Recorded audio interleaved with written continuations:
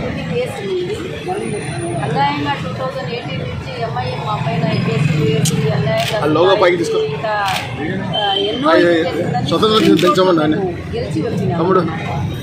ఆ తర్వాత కూడా హరాస్మెంట్లు చేయడము, నోటీసులు ఇవ్వడము ఇదంతా జరుగుతూ ఉంటే ఇక మా అడ్వకేట్ గారు వరప్రసాద్ సార్ గారు వచ్చి చాలా బాగా 2 గంటలు ఆర్గ్యుమెంట్ చేసి సుప్రీంకోర్టు ఆదేశాలు ఏమేమి ఉన్నాయి, సుప్రీంకోర్టు ఏం చెప్పింది, మన ఎఫ్ఐఆర్ గురించి ఏం చెప్పింది అంతా టోటల్గా చెప్పినారన్నమాట.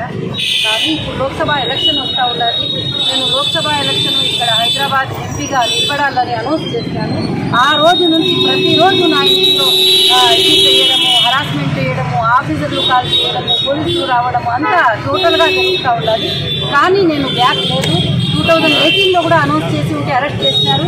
కానీ ఇప్పటికీ కూడా హరాస్మెంట్ తగ్గించలేదన్నమాట. కానీ స్ట్రాంగ్గా ఈసారి 2024లో ఎంపీగా నిలబడాలని ఆశిస్తున్నాను. మీ అందరి కోరికలు ఉండాలా.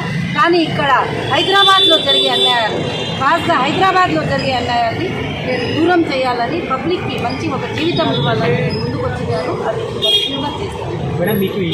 సుప్రీంకోర్టు అంతా డిసిషన్ తీసుకుని వాళ్ళకి సుప్రీంకోర్టు డైరెక్షన్ ఇచ్చేసి సుప్రీంకోర్టు ఇచ్చేసిన తర్వాత ఏ ఏజెన్సీకి మన కేసులు హ్యాండిల్ ఏ ఏజెన్సీకి ఎటువంటి అధికారం లేదన్నమాట.